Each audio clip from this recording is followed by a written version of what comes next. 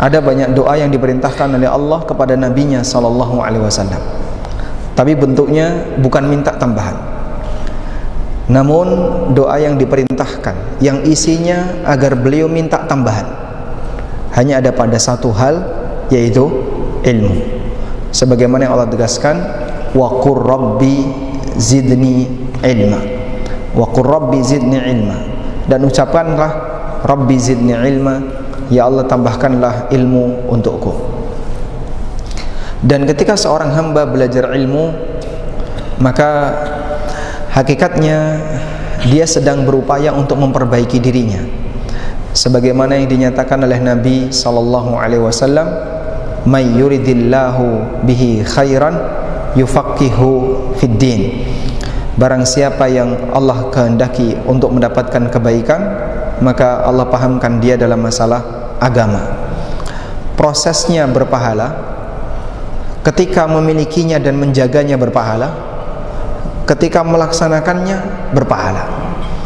Sehingga proses ketika mendapatkan ilmu, yaitu belajar, ada nilai pahalanya. Maka untuk mendapatkan ilmu dihitung dari mana pahala itu muncul. Sejak Bapak Ibu persiapan dari rumah.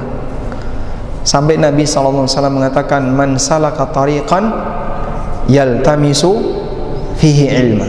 Siapa yang menempuh jalan dalam rangka untuk mendapatkan ilmu. Sehingga sebelum dia hadir di majelis ilmu, proses dia ketika mau melakukan keberangkatan menuju majelis ilmu sudah dihitung sebagai pahala. Menempuh sebuah jalan dalam rangka belajar, sahalallahu lahu bihi tariqan ilal jannah, maka Allah akan mudahkan bagi dia jalan menuju surga. Apa yang dimaksud orang yang menempuh perjalanan dalam rangka menuntut ilmu? Ada dua makna yang disampaikan oleh para ulama. Salaka tariqan yaltamisu fihi ilman, menempuh jalan untuk mencari ilmu.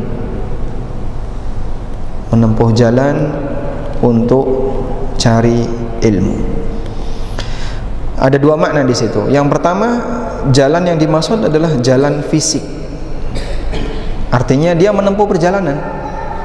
Bapak berangkat dari Misaid atau dari Al-Khur atau dari Doha ke titik yang paling ujung dari tepian Qatar, Dukhan, dengan sekian waktu yang kita tempuh. Itulah jalan fisik. Yang kedua, yang dimaksud menempuh jalan untuk belajar adalah jalan non fisik.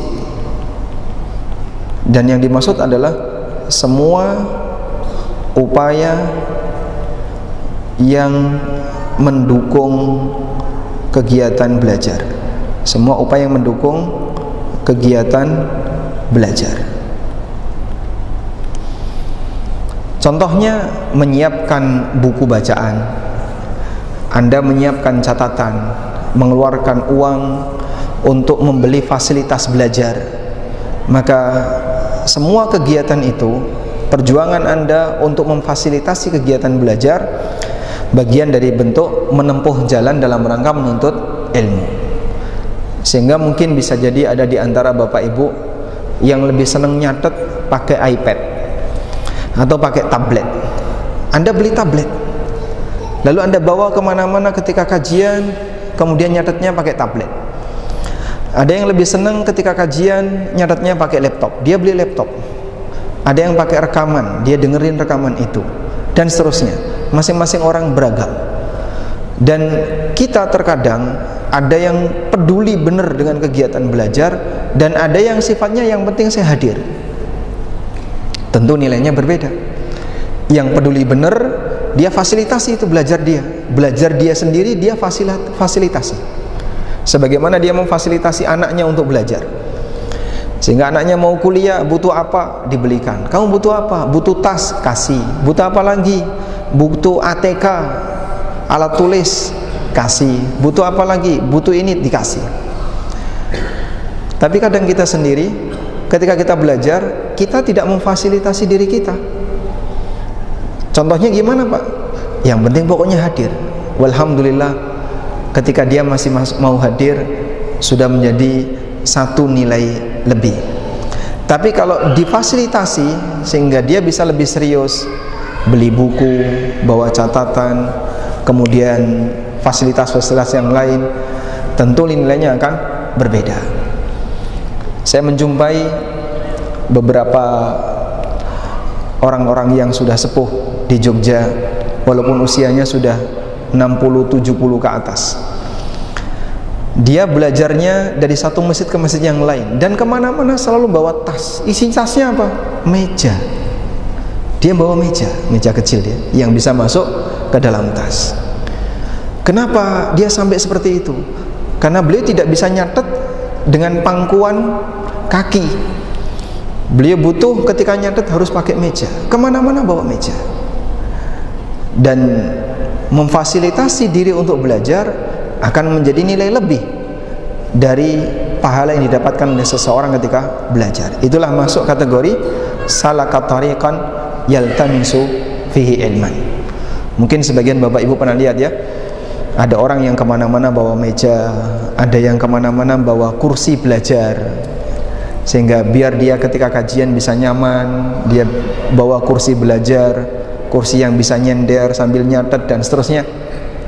Itu semuanya ada nilai lebih. Saya ketemu dengan seorang dokter, mungkin usia beliau sekarang sudah 80-an tahun. Beliau kemana-mana bawa kamus Mahmud Yunus, Arab Indonesia, yang tipis Pak ya, kurang lebih tebalnya setengah tumpukan tisu ini. Kamus Mahmud Yunus ini memang yang disarankan bagi mereka yang ingin belajar bahasa Arab tingkat intermediate. Dalam arti dia mau menempuh titik bisa membaca kitab gundul. Dan subhanallah, beliau ketika kajian, selesai kajian, duduk di belakang, itu memindahkan setiap kata yang tidak tahu artinya. Ada kata nggak tahu artinya, buka Mahmud Yunus, disalin, sehingga bukunya paling gondrong di antara yang lain. Kalau kajian-kajian kitab ya, kan banyak orang kajian kitab bukunya tetap gundul mulus. Ada yang gondrong karena terlalu banyak oret-oretan di buku itu. Baik, memfasilitasi seperti ini sekali lagi bagian dari upaya seseorang salaka tariqan yaltamisu fihi ilman, menempuh jalan dalam rangka untuk menuntut ilmu. Sahalallahu lahu tariqan ilal jannah, sebagaimana dia berupaya mengeluarkan tenaga, mengeluarkan biaya, waktu dan seterusnya dalam rangka untuk bisa mendapatkan ilmu, maka Allah Subhanahu wa taala mudahkan baginya jalan menuju surga. Allah mudahkan jalan ke surga. Apa makna Allah mudahkan jalan ke surga? Yang pertama, maknanya adalah jalan ke surga di dunia. Dan Allah mudahkan jalan ke surga di dunia, maksudnya adalah Allah mudahkan dia untuk dapat hidayah, sehingga tidak sulit bagi dia. Allah mudahkan sehingga tidak sulit bagi dia untuk mendapatkan aneka jawaban dan permasalahan yang bersinggungan dengan hukum syar'i. Dia ketika memiliki syubhat tertentu, ada jawabannya. Memiliki pertanyaan tertentu tentang masalah agama, dia cukup mudah untuk bisa mendapatkan jawabannya. Dan gak semua orang punya kesempatan seperti itu. Ada sebagian di antara jamaah yang kadang ketika mendengarkan sebuah kajian tertentu, dia berkomentar, alhamdulillah selama ini yang saya cari saya nemu. Berarti mungkin dia menyimpan pertanyaan itu dalam waktu sekian tahun. Selama ini saya itu bertanya-tanya, sekarang alhamdulillah saya ketemu jawabannya. Selama ini saya bingung, sekarang saya ketemu jawabannya.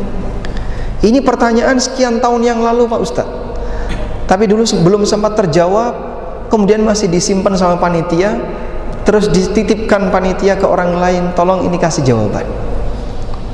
Dan mungkin itu terjadi. Maka ketika Allah Subhanahu wa taala mudahkan dia jalannya menuju surga, salah satu di antara bentuknya adalah Allah mudahkan bagi dia untuk bisa mendapatkan hidayah. Dia jadi banyak tahu aneka jawaban pertanyaan yang selama ini dia simpan. Mungkin di antara Bapak Ibu punya pertanyaan-pertanyaan besar ya, berkaitan dengan kegiatan dan aktivitas agama kita. Saya pengen tahu tentang masalah ini, saya punya pertanyaan tentang masalah ini, tapi saya belum bisa mendapatkan jawaban yang memuaskan ada di mana. Begitu Anda ketemu, alhamdulillah, selama ini yang saya cari, saya menemukannya. Itu salah satu di antara pengaruh ketika yang bersangkutan mendapatkan hidayah. Yang kedua adalah Allah mudahkan baginya jalan menuju surga di akhirat. Dan kita paham maknanya adalah dimudahkan untuk melintas di sirat. Allah mudahkan bagi dia ketika dia melintas di atas sirat, jisr ala dhahri jahannam, sebuah jembatan yang berada di atas punggung neraka jahannam. Taib. Namun apapun itu, jika Bapak Ibu perhatikan, gak ada ruginya upaya seseorang dalam mencari ilmu. Tidak ada ruginya upaya seseorang dalam mencari ilmu, walaupun dia tidak berprofesi sebagai dai, walaupun bukan pekerjaan dia mengajar orang lain.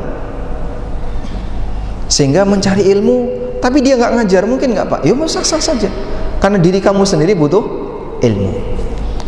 Ada salah satu ustadz yang cukup terkenal di Indonesia, dan beliau baru saja sakit, bahkan kemarin sempat opnam cukup lama sampai akhirnya beliau tidak bisa jalan.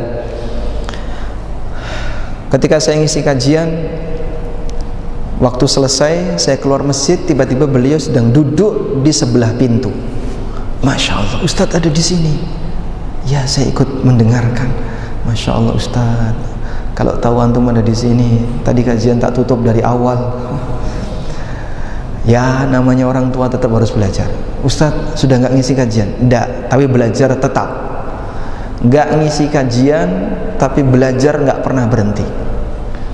Karena siapapun butuh ilmu, sampai kapan? Sampai kapan kita butuh belajar? Sampai mati. Kebutuhan kita belajar bukan karena kita persiapan untuk ngajar. Kebutuhan kita belajar karena kita membutuhkan apa yang kita pelajari. Ustaz sempat Ustaz, kalau nggak salah Ustaz Sukron atau Ustaz Isgawa, Ustaz Isnan sempat cerita. Di sini ada banyak sekali dakatirah, ada banyak sekali doktor, tapi dia nggak ngisi kajian. Sampai beliau bilang, mungkin dokter yang aktif dakwah hanya di Indonesia. Di beberapa negara-negara yang lain, mereka dokter, tapi karena tidak punya lisensi untuk ngajar, nggak punya forum dan majelis kajian. Di Indonesia nggak harus jadi dokter, punya banyak majelis kajian. Di sini dokter ngantor, dia duduk di kantor, entah pekerjaannya apa, mungkin hanya masalah administrasi, tapi beliau dokter. Dan ternyata di negara-negara yang lain juga banyak. Di Saudi banyak sekali dokter-dokter, tapi pekerjaan beliau, kegiatan beliau di Masjid Nabawi, bukan ngajar, cuman aktivitas-aktivitas yang lain. Masya Allah. Namun mereka tidak pernah berhenti belajar, sebab tidak ada istilah puncak ilmu, tidak ada.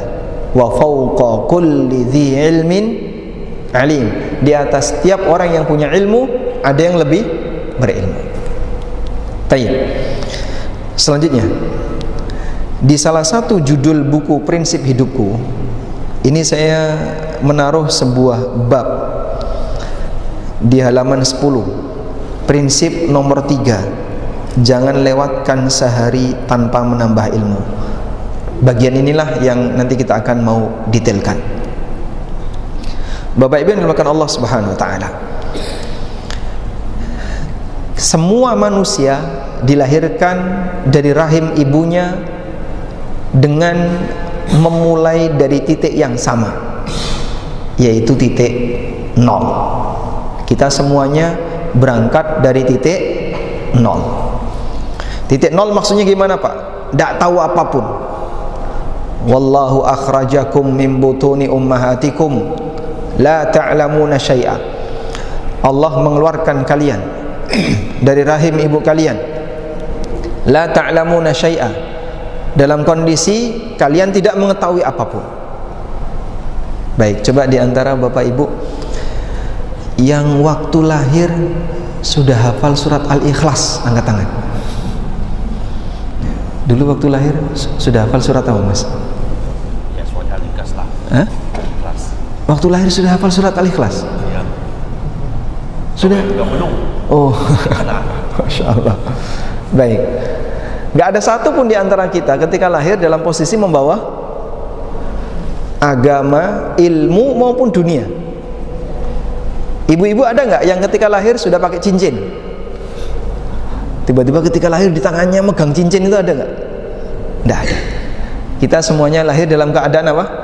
Mulai dari nol, nggak tahu apapun. Baik. Dan kalau Bapak Ibu perhatikan lebih detail lagi, ini terjadi pada semuanya. Imam Asy-Syafi'i ketika lahir sama dengan kita ketika lahir. Imam Nawawi ketika lahir sama dengan kita ketika lahir. Para ulama-ulama kibar yang Anda kenal, yang Anda akui ilmunya seperti gunung, Imam Bukhari ketika lahir semuanya dimulai dari nol. Kita startnya sama. Tapi Pak, kok itu tiba-tiba hafal 1 juta hadis? Imam Ahmad pernah dipuji oleh Abu Hatim Ar-Razi bahwa beliau menghafal berapa? 1 juta hadis, sanad dan wa matnan, sanad dan matannya. Coba bapak-bapak yang di sini yang hafal 10 hadis boleh pulang duluan. Ada yang hafal 10 hadis? Angkat tangan. Oh, saya hafal Arba'in Nawawi Pak Ustadz, alhamdulillah. Itu baru matannya saja, sanadnya kan tidak ada. Cuman perawi di kalangan sahabat sama perawi yang mengkodifikasi ujung depan sama ujung belakang, sudah. Tengahnya ini nggak ada.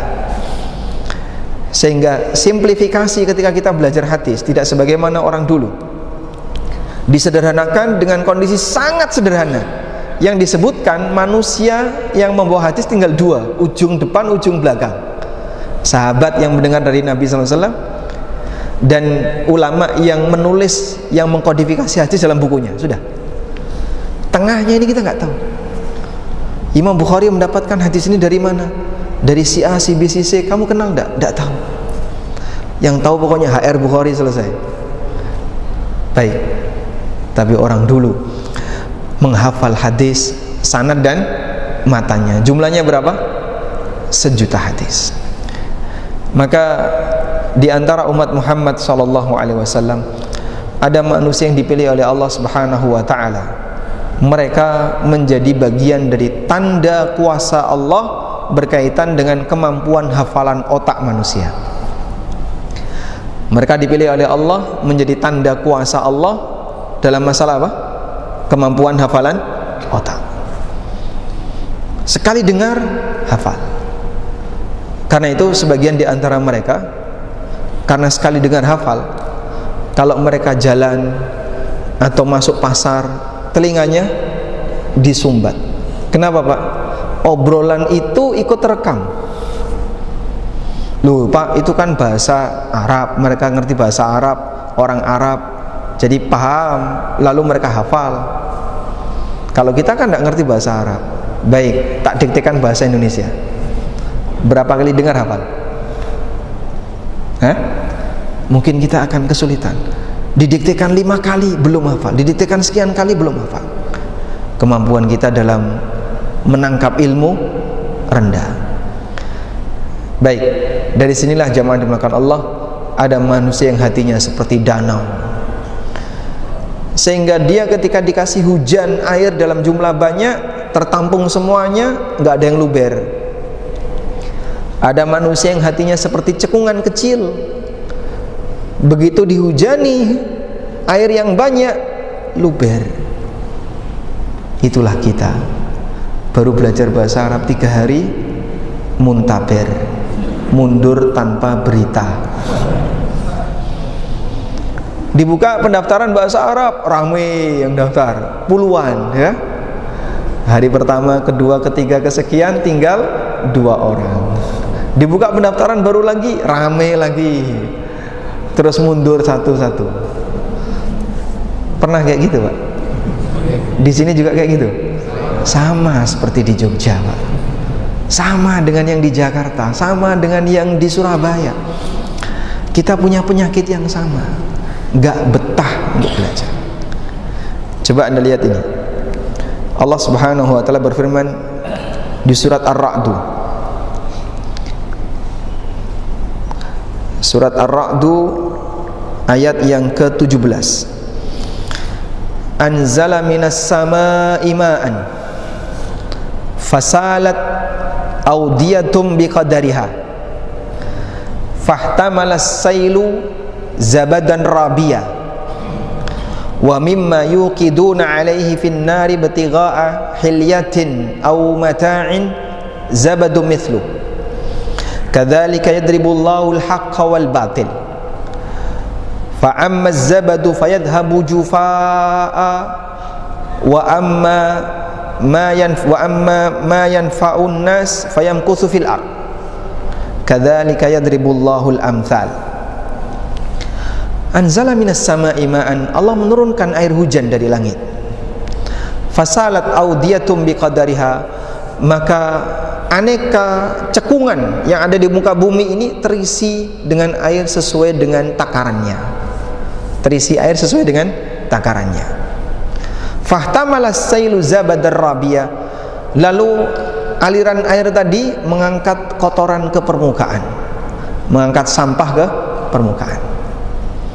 Bapak Ibu bisa lihat, kalau sungai itu kering, yang tampak di permukaan apa, Pak?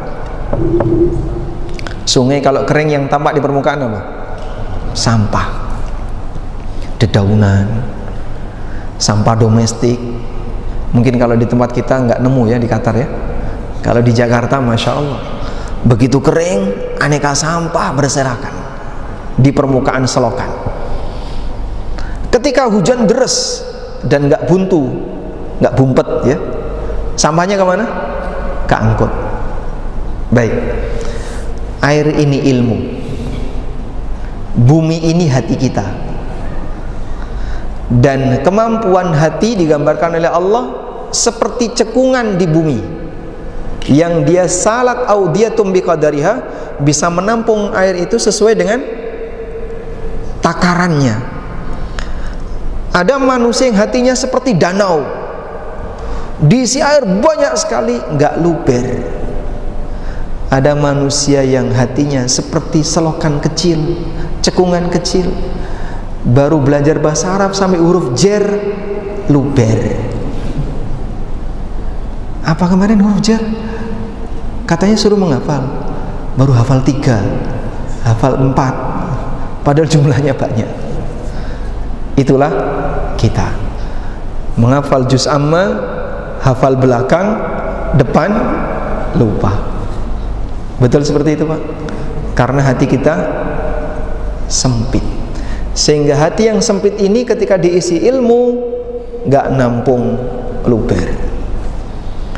Masya Allah, Pak Ustadz, ya materinya jangan berat-berat karena saya sudah tua.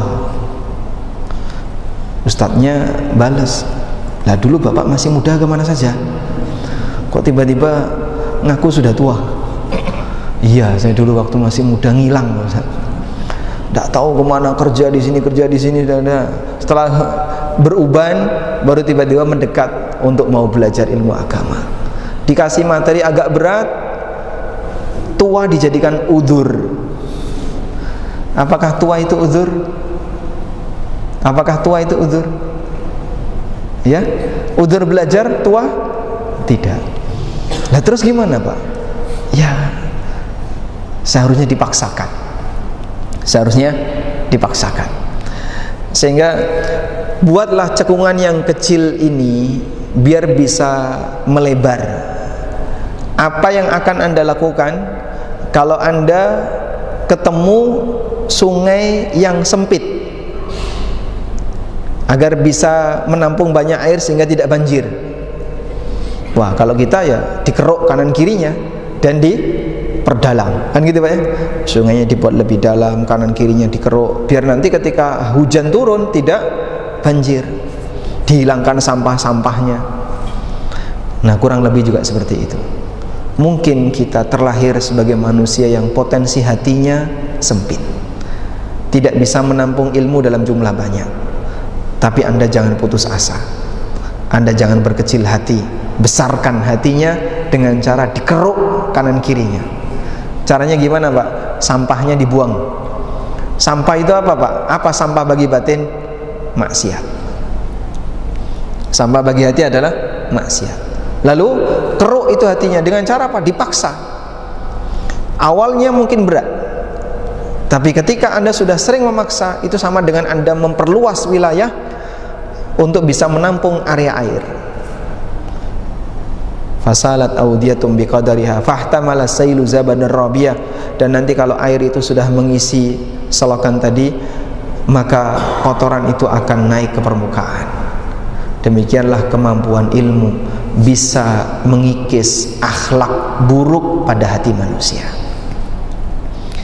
Makanya bagi mereka yang belajarnya serius, bagi mereka yang belajarnya betul-betul ingin bertakwa kepada Allah, maka ilmu yang dia pelajari akan mengikis akhlak-akhlak buruk dalam dirinya. Akhlak dengki, akhlak iri, akhlak ujub, akhlak sombong, tahap demi tahap hilang. Ini kalau dia belajar dengan niat yang tulus. Tapi kalau dia belajar dengan niat yang salah, untuk riya, biar dianggap orang pinter, seperti yang pernah disabdakan Nabi SAW, bahwa neraka pertama kali dinyalakan oleh Allah karena 3 orang. Salah satunya apa? Qari'ul Quran, orang yang rajin membaca Quran. Ketika ditanya oleh Allah Subhanahu wa taala, wahai fulan, bukankah aku telah memberikan nikmat kepadamu? Fa'arafaha, maka dia pun mengakuinya, betul ya Allah. Lalu apa yang kau lakukan terhadap nikmat itu? Dia mengatakan, qara'tu kitabak wa ta'allamtuhu wa 'allamtuhu. Aku membaca kitabmu ya Allah, aku mempelajarinya dan aku mengajarkannya. Kemudian Allah Subhanahu wa taala mengatakan, kadzabta, dusta kamu. Tapi kau lakukan itu agar kau disebut qari, orang yang pinter, agar kau disebut sebagai orang yang pinter. Wa qad qil, dan julukan itu sudah kau dapatkan, pujian itu sudah kau dapatkan. Fa umira bihi fasuhiba ala wajhi ilan nar. Akhirnya dia diperintahkan untuk diseret di atas wajahnya, dilemparkan ke neraka. Nah, ini contoh orang yang salah niat ketika belajar.